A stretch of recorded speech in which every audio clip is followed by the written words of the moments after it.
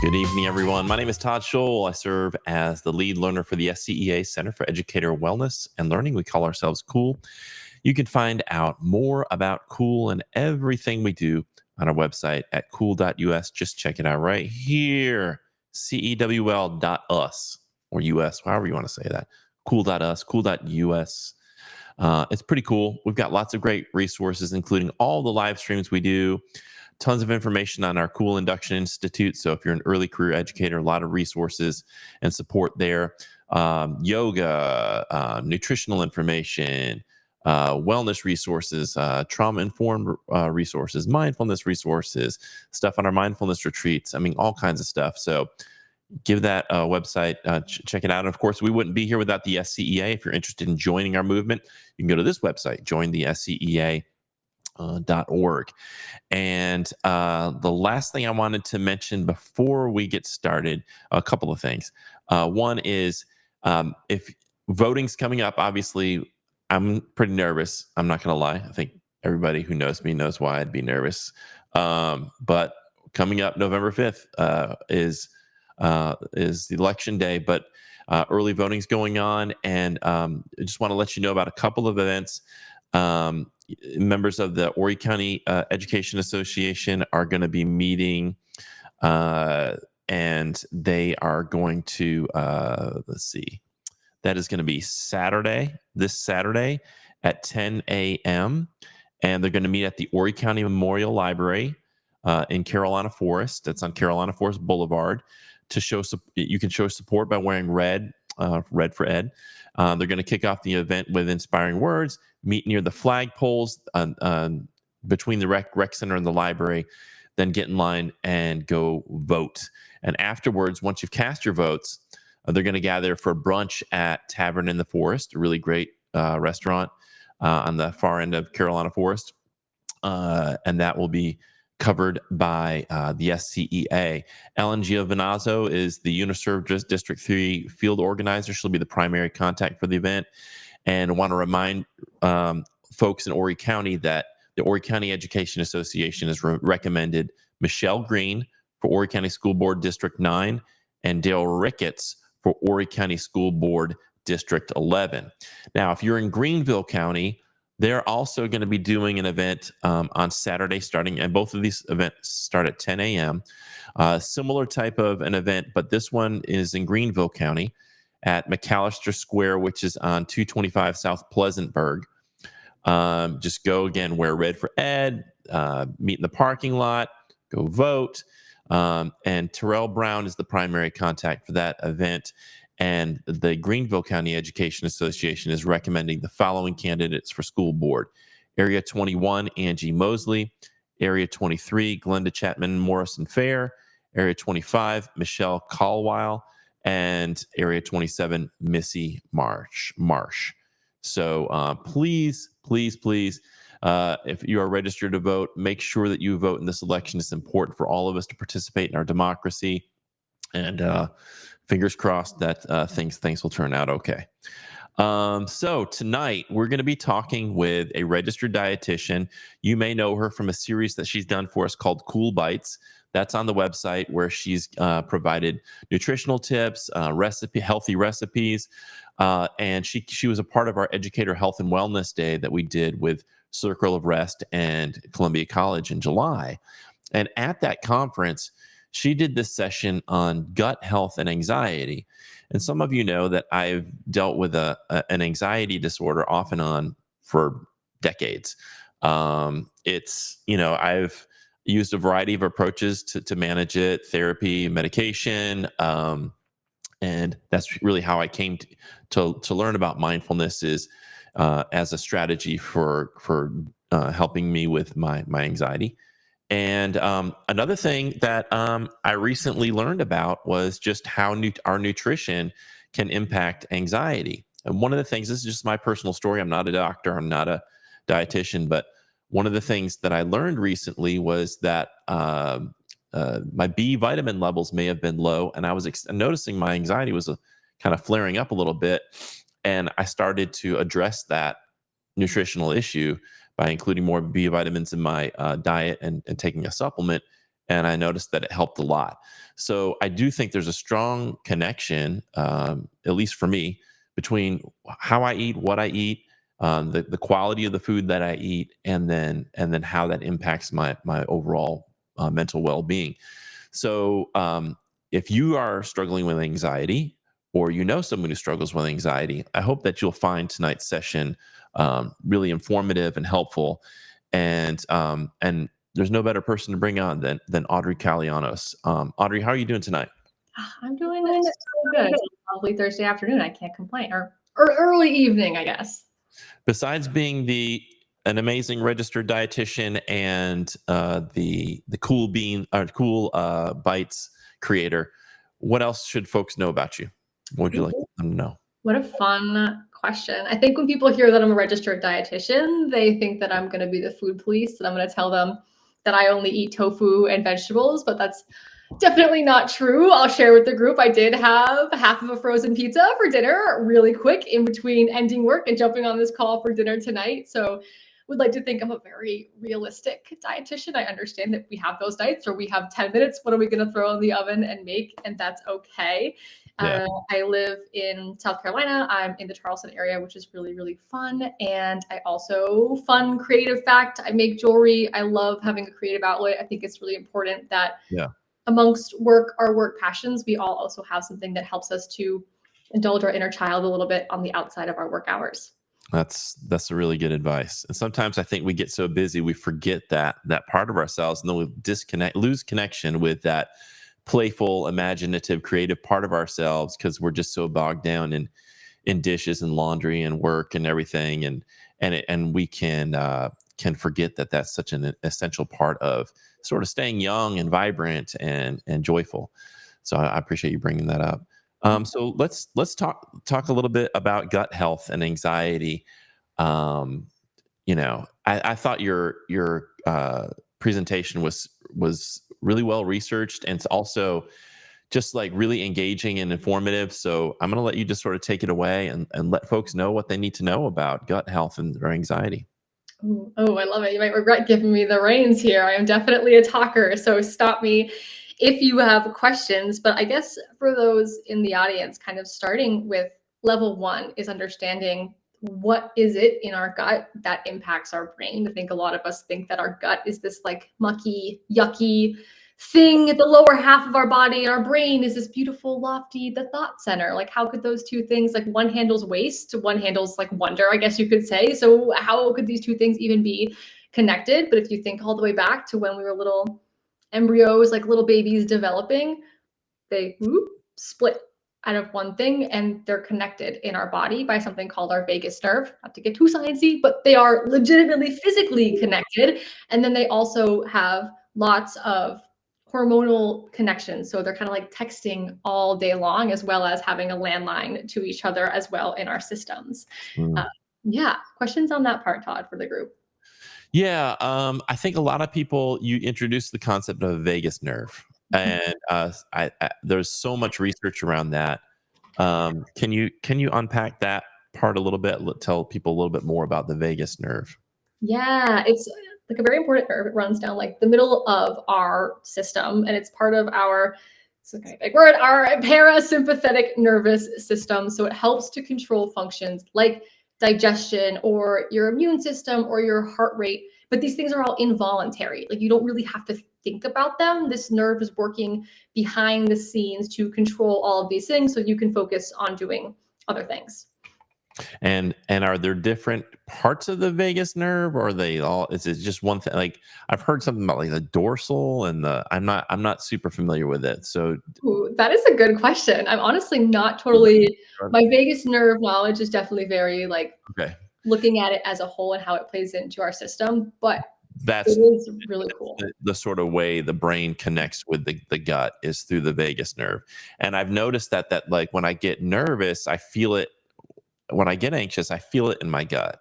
Like, that's where I feel my anxiety. I feel it like in my gut. And sometimes, like, if I just pat my gut, it kind of calms down. And I don't know if that's stimulating the vagus nerve or what that's doing. But it's really interesting because we think about anxiety or nervousness in the head, but I guess because it travels down that vagus nerve. Feel it. So we get butterflies in our stomach. Maybe that like anxiety, it's like letting you know that, okay, you feel like you should be feeling anxiety in your brain, but physically you're feeling it in your gut. Just like you said, goes to show that they are very, very connected. Or even thinking about intuition, people are always saying, oh, like trust your gut, like follow your gut. Like we get that, no pun intended, like gut feeling. We feel like we know something. So the two are always chattering, talking together, working together. So tell me how what we eat and the sort of like the container, the gut, how that can become problematic for a person with anxiety. Yeah, so definitely a little bit of a couple parts here. So Okay. the biggest part of our gut that impacts our anxiety, it starts with our gut microbiome. So for those that don't know what that is, because it was new to me until I got into the nutritional field as a kid, you don't really learn about that. I didn't learn about that in school. Don't know if they've changed that since back in my day. So what it is we have like more bacteria, like little bugs living in and on our bodies than we do like our own human cells. But we don't see them. We don't really think about them, but they're just at this huge magnitude. And that's part of why they can make such an impact on our body. And one of the books I was reading was like, well, if there's way more of them than us, then it kind of begs the question too of like, are we here for them or are they here to help us? Like we do kind of have a symbiotic relationship with them, whether we really know it or not. So specifically those ones that live in your intestinal tract. So the ones that are in your gut. So as we eat food, we break it down, and those little bugs are down there helping to break down all that food, and they kind of decide what gets broken down, or help to decide what gets broken down, what gets to pass through the intestinal wall into our system, what goes out as waste, what is made with what is coming into our system. So layer one is, okay, we have our little gut bugs in there, kind of working, our little worker guys working in there for us. And then they have to have the materials to do the work. So if we are feeding them, they love things like fiber. So that comes from like fruits, vegetables, whole grains, nuts, seeds, beans, things like that. Like they love fiber foods, high fiber foods. They love like minimally processed foods. So kind of thinking about just like a healthy, I quotes around that word. I know healthy is different for everybody, but a well-balanced plate filled with, again, fruits, vegetables, nice, good, lean protein sources. They literally eat that stuff up and use it to make the signals, to make the building blocks for our brain to make some of our happy chemicals like our serotonin or dopamine, those kinds of things. So it's kind of like we're providing the fuel. And we also have the little workers down there. So we're in control of the fuel that's going in. Changes the type of workers that we have. Thinking about like if you feed your construction crew like fast food, they're probably going to get a little sluggish after their lunch. They might not want to pick up and get working and get moving.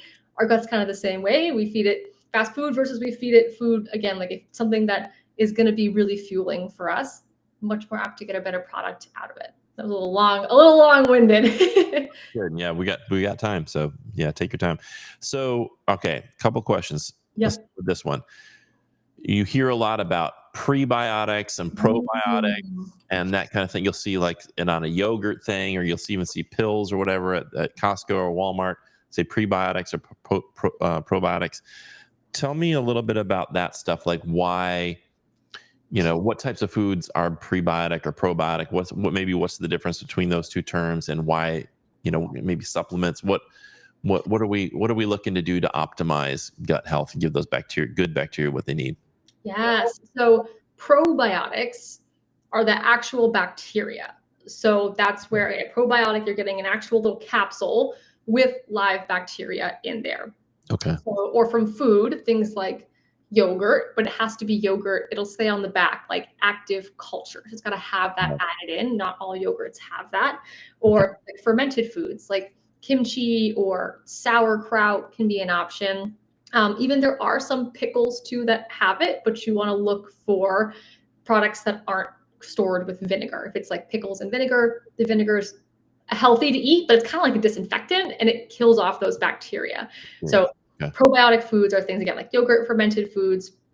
Those have the actual bugs that we then eat, versus a prebiotic, thinking pre is before, it comes before the probiotic. It's kind of like food for those bugs, which is why you'll see those maybe sold in tandem, or different benefits from the different products. So prebiotic foods are those high fiber foods. They also love like garlic and onions, but if you're eating a diet that's high in fiber, low in really refined processed products, you're giving it the food that they want. So I always encourage people, like, let's start with a dietary change. It's usually a little less risk of like side effects, or I know sometimes it might seem like it's going to be more expensive, but in the long run, a probiotic and a prebiotic can run you 100, 200. I've seen some that are like $300-400 a month. Like, they get kind of expensive.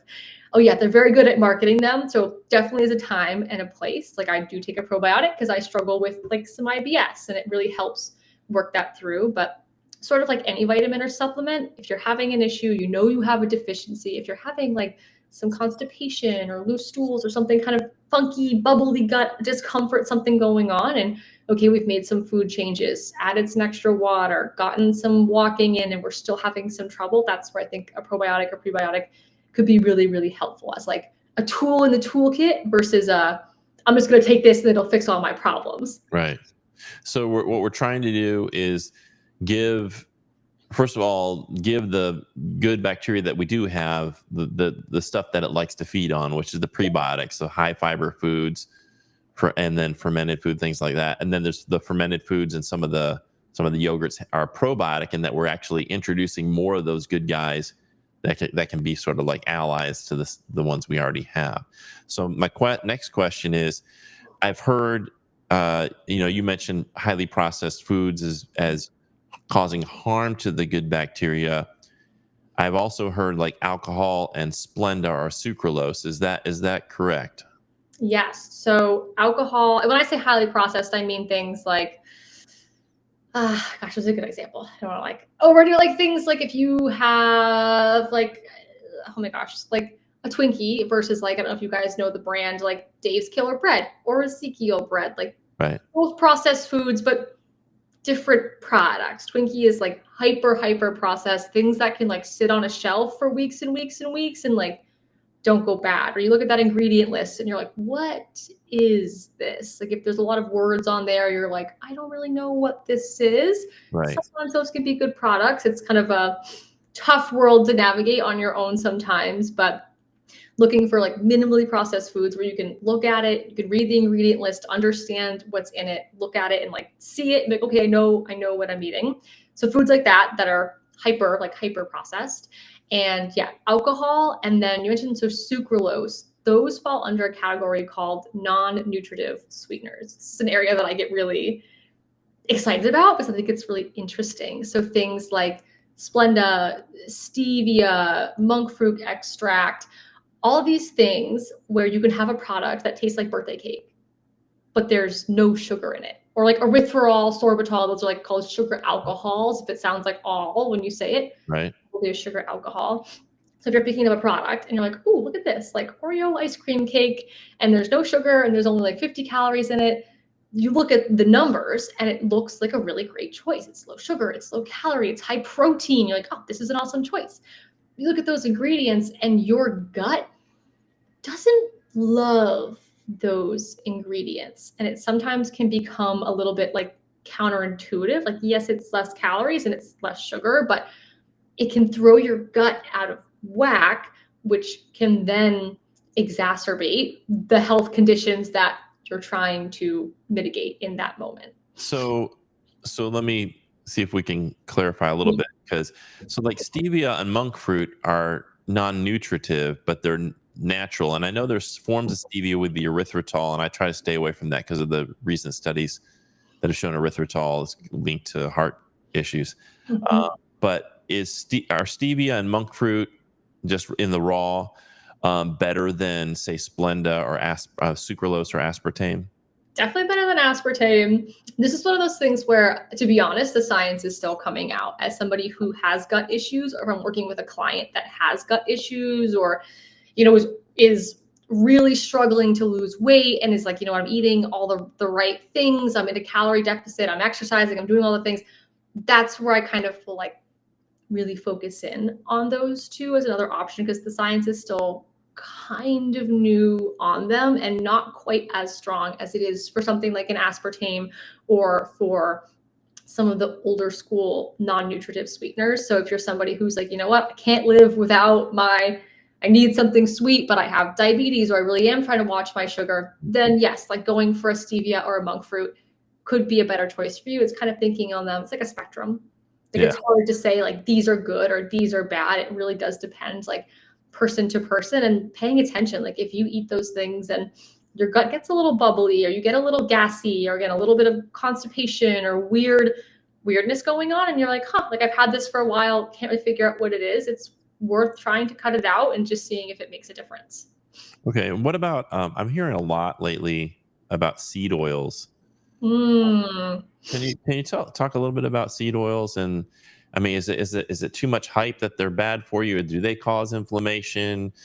You know, what's the deal with seed oils? I'm hearing so much about it, and then now I'm noticing, I'm reading all these labels. I'm like, oh my gosh, there's high oleic sunflower oil. There's soybean oil. There's all these different oils in products. Mm-hmm. I didn't realize were there, and I'm like, well, that's a seed and it's an oil, and I'm hearing bad things about seed oil. So, tell us a little bit about that. Yeah, this is where we get a little like a little background is like, so we have our healthy fats and our unhealthy fats. So healthy fats typically they're called unsaturated. So if you're looking at your nutrition label, there's usually unsaturated, saturated, trans fats. So those unsaturated fats are our healthy fats. They tend to be like our heart healthy. They're good for our heart. Not a hard rule, but a way to visualize it is they're usually liquid at room temperature. So things like olive oil, avocado oil, or if you get a peanut butter that you have to stir, that liquid oil at the top, versus our unhealthier fats are saturated on that label. Now, there is some research. These are not like a no-go. You can never have them, because there is research that saturated fat that's in things like if you get a really nice cut of meat, even some chicken has some saturated fat. So saturated fat from minimally processed sources. Saturated fat from a pork chop is a little bit different than saturated fat from like a breakfast sausage. Right. So when I say unhealthy, it's take that with a grain of salt, because it's not a hard rule, but it's an easy way to kind of like distinguish the two. So these things tend to be solids at room temperature, like a butter, or when you cook a meat and that fat sits, it gets a little bit solid. So what's interesting about these two fats is they're actually, if you look at them under a microscope, made up of the same ingredients, they just have a different shape. So your saturated, your solid fats are literally shaped like little bricks. So they stick and they stack up, and that's what clogs our arteries and causes high cholesterol and causes all some of these issues that we had, versus our flowy ones, our healthier fats flow through our system. So starting there, because seed oils, if you're looking at your nutrition label, they're actually going to be on the healthy fat side. They're not usually always a completely saturated fat. So that's why they're in a lot of products, because it like comes off like, oh, this is like, it seems like a healthy choice. But within our healthy fats, get a little a little bit deeper here, there's like different types of healthy fats, and we're kind of supposed to eat these different types in certain ratios. So like your seed oils, like, or like even the canola oil, like kind of the oily ones. And then there's things like walnuts or salmon or like chia seeds, hemp seeds. So they're both good. They both play a part. But what happens is these seed oils, I think, they're just in so many products that we're just getting too much of it. And it tends to be in processed products. A lot of us cook, I don't want to speak for everybody, but I know typically clients come on, even if they don't know a ton about nutrition, they're like, oh yeah, like I cook in olive oil. Like that's like a pretty, like we know that one's like a pretty good choice. So it's a similar thing. People like, oh, it's just like we don't really cook with them, but they kind of come into our diet in processed products. So it's, the science goes either way. It's like, oh, it's inflammatory, but it's also looking at, well, what's the package? What is it coming with? Is it coming on snacks, with a snack, or is it coming with like, are you doing it on your vegetables, or doing it in a less processed, like snacky kind of a way? So it's when the ratio of these two fats, we get too many of the seed oils and not enough of the other side, and that ratio gets off, that is what can lead to like that inflammatory response, because healthy fats are usually really anti-inflammatory, but it's got to be in the right amounts. And then the second part is, it's what is that seed oil coming with? Right. Okay. Now let's draw the connect the dots to, okay, I want to improve the good bacteria in my gut. Mhm. How does that impact anxiety? Like, how do we go from like not taking care of our gut health to feeling anxiety? Like, how is that connected? Because for me, like when you explained it, but like when I went in, I'm like, that how does that work? How can what's happening in my gut impact my anxiety? Yeah. Explain how that's connected. Oh yeah, I love it. And it's ties in so many cool things. And I'm someone too, Todd, you shared, I'll share too. Like I've struggled with depression, anxiety in my life too. So learned about this in school, but also definitely lived it and felt it as well. So definitely takes another little bit of a long-winded explanation. So it starts actually with our immune system. So the majority, like 70 to 80% of your immune cells are actually in your intestinal tract, which it's not, I don't know where I thought they would be, but that is not exactly where I thought that they would be hanging out. But if you think about it, your like intestinal tract, we're kind of like a straw, like we're kind of like we have a hole from top to bottom. So it's actually exposed to a lot of outside bacteria, outside pathogens, and we're like breathing things in or swallowing, or when you're eating, like we were designed, evolved that like, okay, like we're going to eat stuff, it might have some germs on it. We got to have a system in there to take care of those germs, be sure that they just pass on through. So that's kind of where immunity is kind of step one, understanding that your immune system is actually really closely linked to your gut. Okay. And what that does is it helps to provide, so your gut microbiome come in as well. So your gut microbiome, your immune system, what they do is they're there like battling off those bad bacteria that are coming in, and they're keeping it in your intestinal tract so it passes through as waste. But if you have like little bacterias on your team, your microbiome, so the bugs that we want, your worker bugs, if you have them being fueled off of fast food, processed foods, just like when we eat those things, it's really hard to see results in the gym or go for a run, or we fall into like a food coma is like a common one we'll hear. They kind of do the same thing. They lose their edge. They're not as good at like fighting off the pathogens coming in from what we're eating or coming in from our environment. Mm. So things that our gut microbiome and our immune cells would normally be able to keep contained in our intestinal tract start to leak out. And that's where you'll hear something called like leaky gut. Like leaky gut and inflammation are two words that are tied really closely together. So leaky gut doesn't necessarily mean, oh my gosh, there's like physical holes that someone poked in my intestinal tract.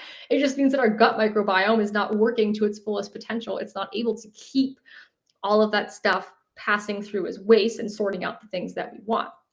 So as the pathogens, the bad stuff comes in that we're supposed to just pass safely, normally as waste, starts to kind of creep in to our system.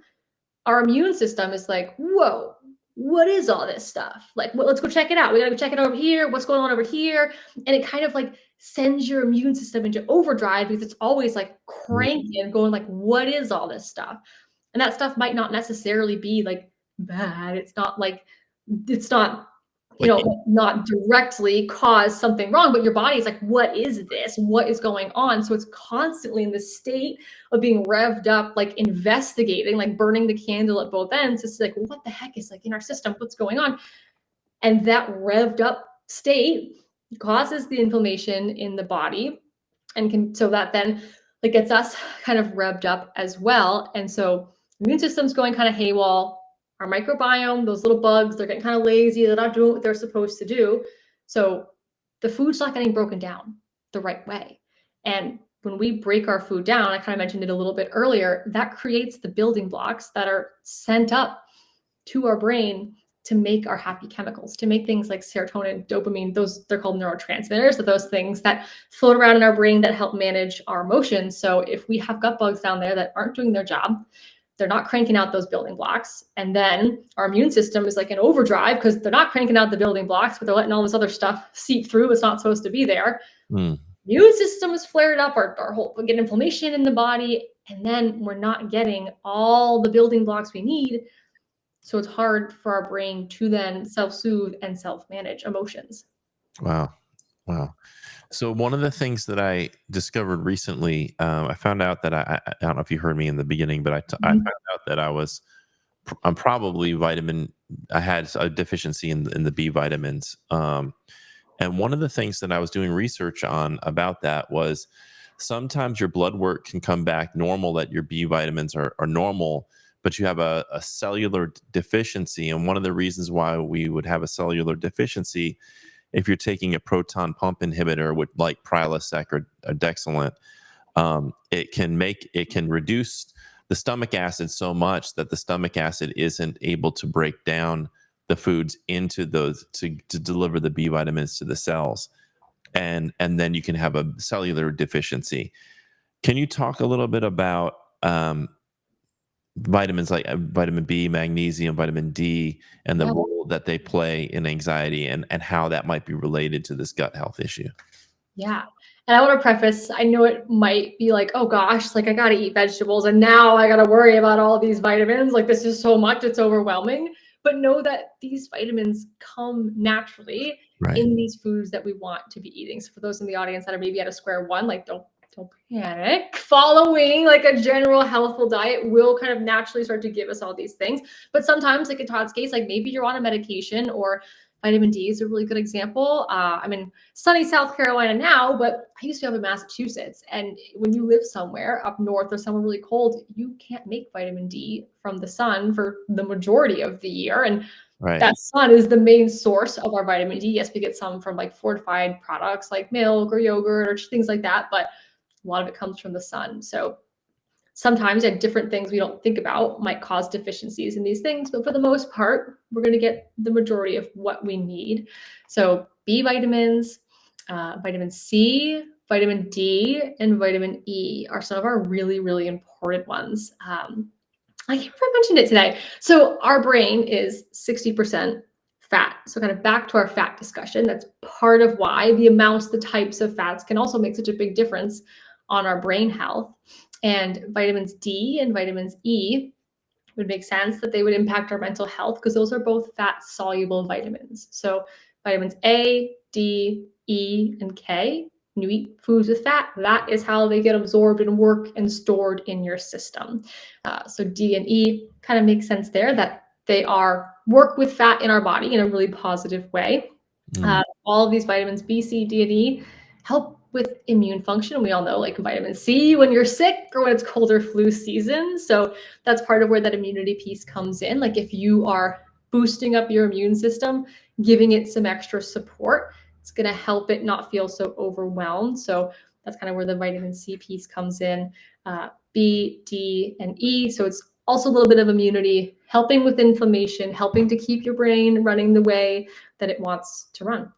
So not too in depth on it, but B, C, D, and E are four really important ones in terms of vitamins. And if you wanted to take even a deeper dive in there, our minerals, some big players are calcium, zinc, magnesium, and iron. But a lot of these foods can be found in things like fortified dairy or nuts, seeds, dark leafy greens, whole grains. So all the things that I've been saying, if you're getting at least some of those things in your diet, you're already getting some of these vitamins and minerals. So it's interesting. So for anybody who's watching who's dealing with anxiety, we traditionally think, well, we traditionally think that's a mental health issue. So I need to go to a psychiatrist or a therapist, maybe take some kind of medication specifically for anxiety to whatever it is. And what I'm finding out, and what I'm hearing from you, and feel free to just talk in depth about this, is that the anxiety may be coming from some type of nutritional deficiency or gut health issue, or at least that could be a huge contributing factor in the amount of anxiety and the intensity of your anxiety. Is that correct? And if so, like, explain a little bit more about that. Yeah. It's one of those things where It's kind of like the way that our healthcare system works. Like we have a problem, we go to the doctor, and that's their job. The doctor is to give us something, so we walk out with something, so we felt like we have something to make us feel better. And a lot of times that's a pill. So don't get me wrong, I love my doctors. This is not like a bash on the healthcare system by any means, but diet tends to get overlooked. Like most doctors maybe have one nutrition class, which like makes sense. They have a gazillion other things they need to learn. If you have a surgeon who's going to be cutting people open and doing open heart surgery, well, yeah, like nutrition might not be on the top of his learning list. Like he's got other things he's got, or he or she has got to learn. So it tends to be one of those things that just gets overlooked. I think also that the types of food that we're eating are so different. Like nutritional science is new in a sense to where we're like, oh, like we didn't realize that these products could be so damaging to our system. So I think it's one of those things that people are catching on that, oh, okay, like this is just another tool in the toolkit. I'm very for like, if you need a medication, there should be no stigma about that. You take a heart medication, diabetes medication, nobody bats an eye. It should be the same thing for mental health medication as well. Yeah. But knowing that nutrition is just like that extra thing in your pocket, just like journaling or exercise or yoga or hanging out, like having a pet, it's just one more thing that you have to say, you know what, like I can control this to whatever extent that is. I know for every person that looks and feels different, but looking at what you can do can then give you a little bit of that power back. Because again, if we're not giving our body the building blocks to make the chemicals that we need it to make, it's even if you're doing all the right things, it can be really hard to like kind of push past some of these hurdles. So it's interesting how like people with heart issues go to the doctor and they understand, yes, I take a statin or a blood thinner or a beta blocker, whatever you need, a blood pressure pill, whatever for your heart. But they also kind of understand, hey, maybe I need to lay out the cheeseburgers and the bacon and and try to eat more plants and a little bit lower fat and just kind of watch the sweets and things like that. People kind of understand the connection between cardiovascular disease and their nutrition, but I don't think most people are thinking about the connection between their nutrition and their mental health. And I think that's why this conversation is really important, because people may try a pill and like, yeah, I'm with you. Like if your doctor tells you that's what you should do, certainly follow your doctor's orders.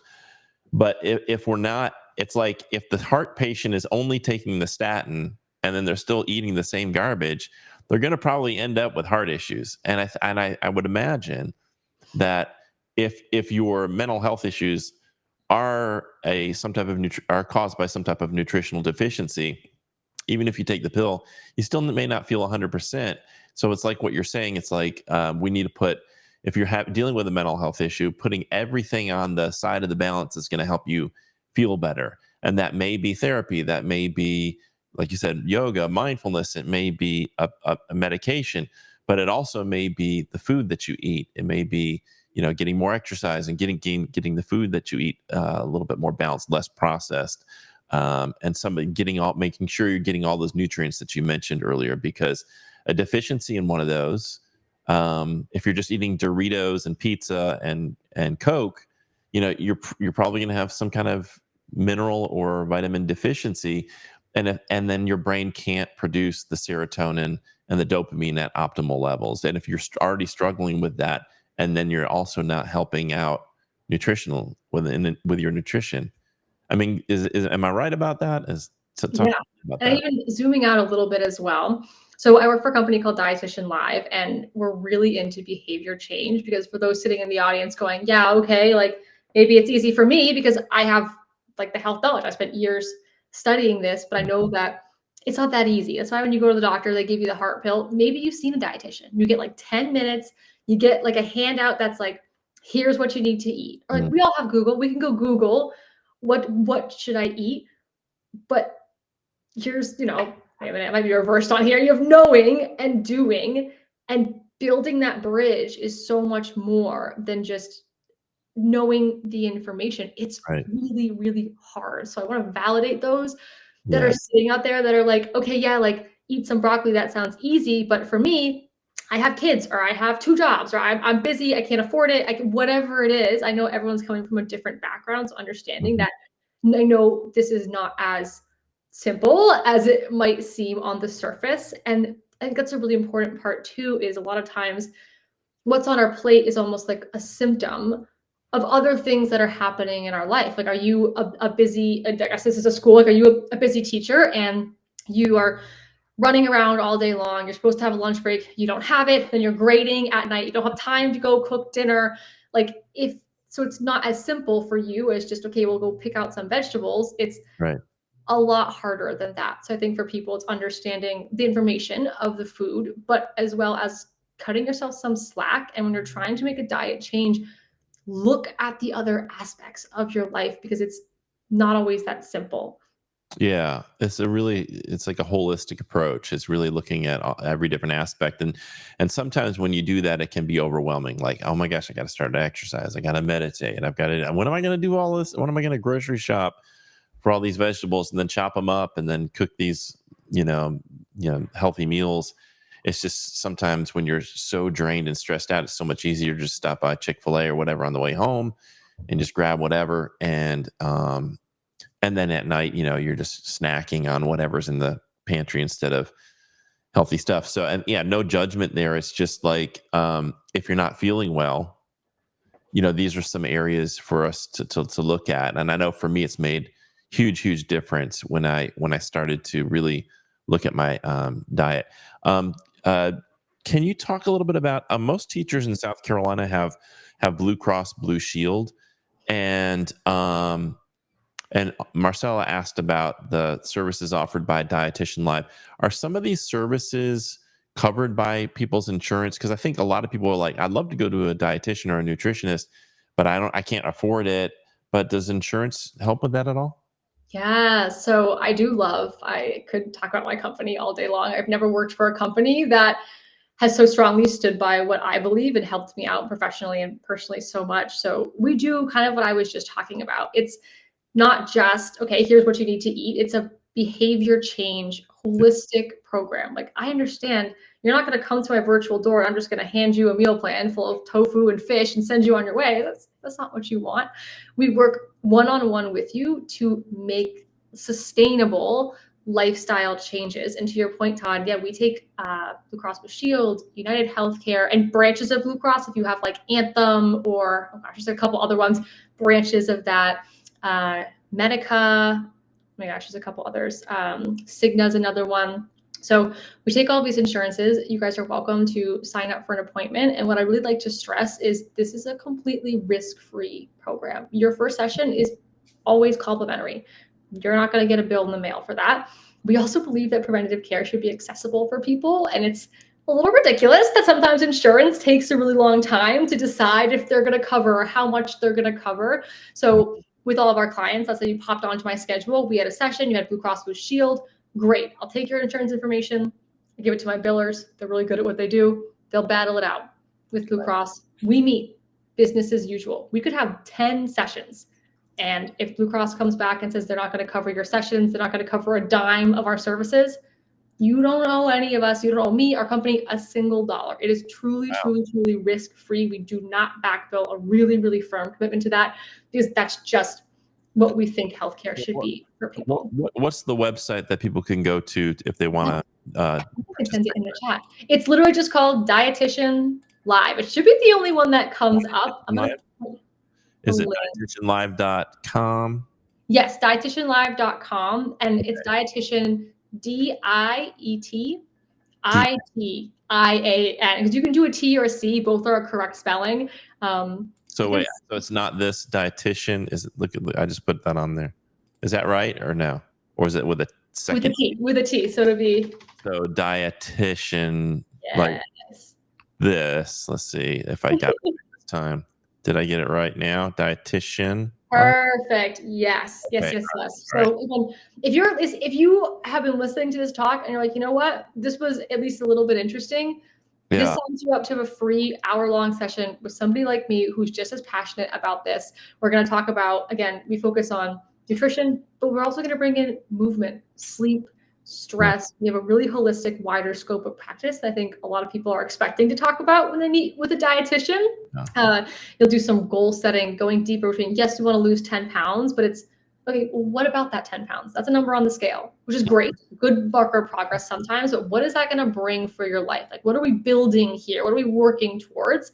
And then you guys can talk about, what your journey together would look like. But again, regardless, if you say, you know what, this is not for me, it's a risk-free hour just to come try it out. Maybe you'll be on my schedule and we can hang out for an hour. Yeah. So educators in South Carolina, if you're in a public school and you're watching this, you probably have Blue Cross Blue Shield. You can go to this website right here, and I'm not getting any kickbacks. I probably should I ask for some? No, I'm just kidding. So I'm not getting any kickbacks, but for real, if you can go to dietitianlive.com, set up a free hour session, even if you just do the 1 hour session, I think it's well worth your time. And then hopefully the insurance would cover more sessions. And I think it's well worth the time. It sounds like it's really well worth the time for people to get tailored advice, because everybody's body's different. We're all different ages, have different health issues. Maybe some people are diabetic. Some people want to be vegetarian. Some people, whatever, can get really tailored advice. And that's really important, I think, in this space. I think you probably agree that like everybody's different, and so the advice, there's some universal advice, like drink water, but like there's some things that maybe are tailored to people's specific needs.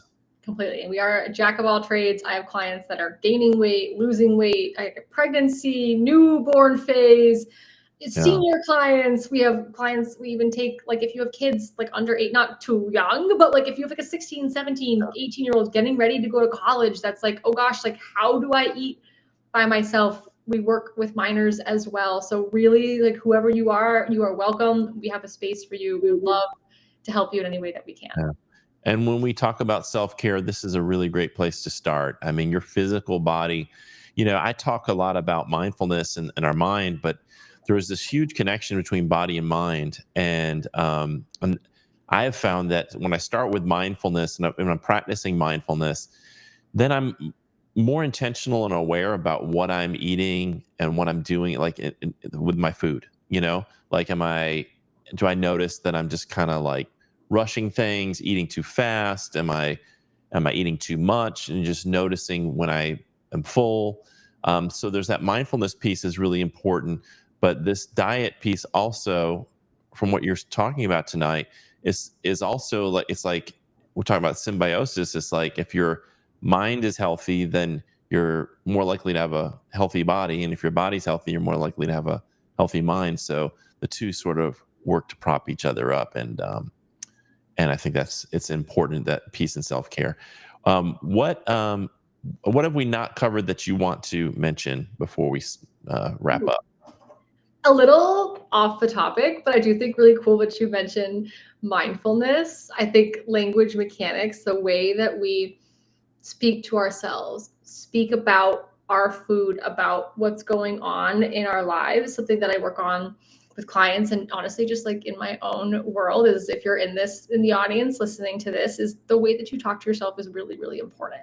If you sit there and you get to the end of your day and you're like, I had pizza and ice cream today, it was a bad day, I'm a bad person, I did a bad job, I'm not doing good enough. If you start to equate your food choices to your self-worth, it's such an easy spiral to start falling down. The way that you talk to yourself is so important. So if you're feeling like, you know what, I'm not ready to see a dietitian, I'm not ready for all of this, start inward and just start working the way that you talk to yourself about your food and your body, because it's not that easy. We have food companies out there that are manufacturing food to be addictive, impossible to put down. Again, you guys, everyone I think you ask is, for the most people, feel stretched thin. We're busy, whatever it is we have going on. So cut yourself some slack.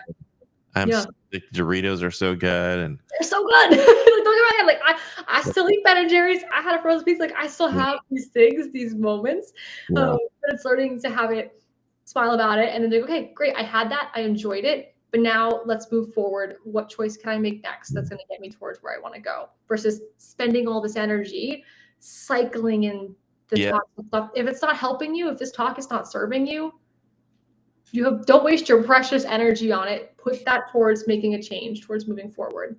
I think that's such a really important point. Yeah, I noticed myself doing that, and the cycle was, okay, I'm going to be really good now, and then I'm gonna lose some weight. I'm gonna be really healthy, and I sustained that for maybe a week or two, and then I'm at a Saturday. I'm at somebody else's house. They've got this M&Ms out. They've got pizza, and I'm like, well, I've been so good. I'll just do this one thing, and then that turns into a couple of days of off track, and then I'm feeling this shame, and then I'm stressed out, and then I eat more because I'm stressed out and feeling shame, and then after a week and I feel like crap, I'm like, all right, I'm going to clean it up this time. I'm really going to clean it up, and you just stay in that cycle. And I think it's almost counterintuitive because we think we need to be hard on ourselves, and actually it's self-compassion and self-love that will actually help us make healthier choices, not self-judgment and self-hate. So. I always ask myself, I think when I say positive and negative talk, I have some clients that are like, well, that's wishy-washy. Like, I'm not positive self-talk. Like, what do I want? So thinking about it as helpful versus unhelpful. Is what you're saying to yourself helping you in any way? If it's just making you feel like trash, it's not helpful. What can we say or do that is going to at least move you the direction and feel more helpful? Right. Well, Audrey, thank you as always. It's great content. We appreciate it. Hopefully, folks tonight learn something that's important to them, and we'll connect with you at Dietitian Live right here at dietitianlive.com. You can meet with Audrey or someone like Audrey and get the advice that you need, and it's covered by Blue Cross Blue Shield. So what's the risk? What's the harm? Give it a shot. And thanks as always for your time tonight. Appreciate it, Audrey. Of course. Thanks, everyone. All right. Everybody, that's Audrey Calianos, registered dietitian. And if you haven't checked out our website, go to cool.us, and you can see under content, there is a whole section called Cool Bites, and she's done a series of videos. She hasn't done them recently. She's been really busy with her work. But absolutely, you should check out those. There's healthy recipes and other nutritional tips. Along the same lines of taking care of yourself, if you are interested in learning more about yoga on the Cool website, we have a whole host of yoga resources. Alex Del Castillo is a teacher here at Ocean Bay Middle School in Horry County. And every Wednesday, he releases Wind Down Wednesday, which is a free online yoga session. All of those are recorded, and they're done live on Instagram. So if you're not following the SCEA on Instagram or TikTok, you should head over there now, search for the SCEA and follow us. And then those videos get posted. All those videos get posted to the website under the wellness tab on the website. There's a yoga resource page, and then there's other types of yoga sessions below that. Coming up on November 6th, we have Erica Ayers. She's going to be talking about supporting student health. We talk a lot about educator health, but she's going to tell us how we can support our students being healthy. And if you've read any of the data and information about student health, it's pretty alarming. Coming up, every Tuesday and Thursday night, in fact, it's going on for another 7 minutes, is Cool Coaching. It's free. It's online. It's one-to-one. It is your support if you are an induction teacher with Angie Brush, Stephanie Johnson, and Dr. Marcella Weinsnyder.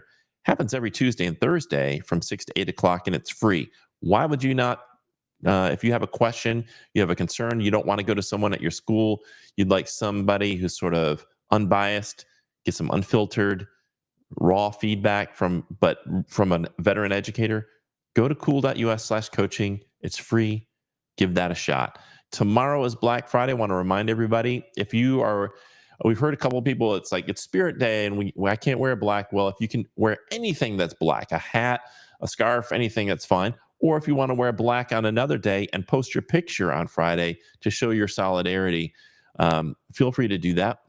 All you have to do is post a picture or a video with you wearing black, and then talk about what it is that you believe in. Why are you standing up for public schools? Maybe you're against book bans. Maybe you're against these school vouchers. Maybe you want to tell people who they should vote for. And then use the hashtag Black Friday SC. Along those lines, we're going to have a conversation with Barbie Ross about being a building rep on November 13th at 7 o'clock. And we have another episode of Cool Beans, our induction teacher show with Angelica McDonald and the wonderful and talented Dr. Marcella Wine-Snyder. That's going to be on November 20th at 6 o'clock. We're going to talk about cell phones. I do want to send just another reminder to you. If you are in Horry County and, Odie, how's it going? Said Mr. Scholl, 2010 Teacher of the Year. Awesome human being. Keep changing the world. We need you. Hope you're doing well, man. That was a really fun class. So he was a part of. We created a hip hop class at Carolina Forest High School. It was called Pass the Mic, and we got turntables and a sound system and a bunch of computers with software to make music, and the students created original hip hop music. And then we went around to festivals in the middle schools and performed it. And we had dancers and everything. It was really fun. If you're interested in learning more about how to set that up at your school, you can reach out to me, toddscholl@gmail.com. That was a really fun class and a fun year. So thank you so much for reaching out. But as I was saying, if you're in Horry County this Saturday, go on over to the Carolina Forest, the Horry County Library on Carolina Forest Boulevard. Wear red, and you can. It starts at 10 o'clock, and you can vote with us, and then go over to Tavern in the Forest afterwards, and we'll for brunch, and it's going to be covered by the SCEA. So vote and eat and hang out with some cool people. And Horry County is recommending Michelle Green for Horry County School Board District 9 and Dale Ricketts for District 11. And if you're in Greenville County on Saturday, they're also having a very similar event, also at 10 o'clock. This one's at McAllister Square at 225 South Pleasantburg. Just meet in the parking lot, go vote and hang out. And the Greenville County Education Association recommends Angie Mosley for Area 21, Glenda Chapman Morrison Fair for Area 23, Michelle Calwile for 25, and Missy Marsh for Area 27. Whatever you do, whether it's early or on November 5th, please make sure to vote. And the SCEA has pulled together an incredible resource for you. All the recommendations that the SCEA is making is available on this website, the scea.org/votes. You can find out everything you need to know about voting on that website. Caleb Mickler, our communications director, and some folks have pulled together this incredible resource for you to help you as you go out. If you're wondering who you should vote for, because there's some of these, we all kind of know who we're voting for president. Let's just be honest about that. I mean, if you're undecided at this point, I don't. You can call me, because I can't figure out how anybody's like, oh, I'm not sure. Should I Kamala or Donald? Like, I mean, I think most people know. But like in some of these races where like school board or some local election stuff, sometimes you go in and you're like, I don't really know. Well, this website will tell you who the pro public education folks are that we recommend. And so it's a really great resource. You can bookmark it. When you're ready to vote, just check it out. It's the scea.org/votes. Really, really great resource. And thanks to Caleb and everybody else who's helped put that together. Well, I want to thank again Audrey Calianos for her information tonight. And the last thing I want to say is this. If you're dealing with anxiety, if you're dealing with a mental health issue, there's just should be no stigma around that. It's just like if you have strep throat or you have a hurt back, you go to the doctor, you get it taken care of, and you find out what it is that you need to be well. Mental health is the same way. If you're depressed, you're anxious, you have some type of mental health issue, go to the doctor, get it checked out. Maybe they're going to do blood work and find out there's some deficiencies there. Maybe you're going to go to a psychiatrist and they can help you with a medication or therapy, or maybe there's some other modalities that you can use to support your mental health and feel a heck of a lot better. But it's important that you reach out for help when you need it. So we want to encourage all, especially educators out there struggling with mental health. A lot of us stressed out. I know when I was teaching, there were many days and years when I was overwhelmed and anxious, and it really took a toll on my mental health. And it's important for us to take care of ourselves. And if it's If you're worried about your students, well, your students need a healthy you to be there. They need the best version of you. So if you're concerned about them, taking care of ourselves is one of the best ways we can take care of our students. So you deserve it. You deserve to be well, and I hope that you will reach out and get the support that you need, no matter what the health issue is. And CEWL's here to help support you. Our mission is to improve the inner and outer lives of educators, and we do that through live streams like this and through the various resources that we provide. And you can go to CEWL.us, a whole host of resources there to help you on your wellness journey, to help you develop and cultivate your craft as an educator. Check it out, CEWL.us, and let your friends know about it. Again, thanks so much for tuning in tonight. I'll thank Marcel and everybody else who tuned in. And we will see you on November 6th with Erica Ayers. Until then, have a great weekend. And let's celebrate Black Friday tomorrow.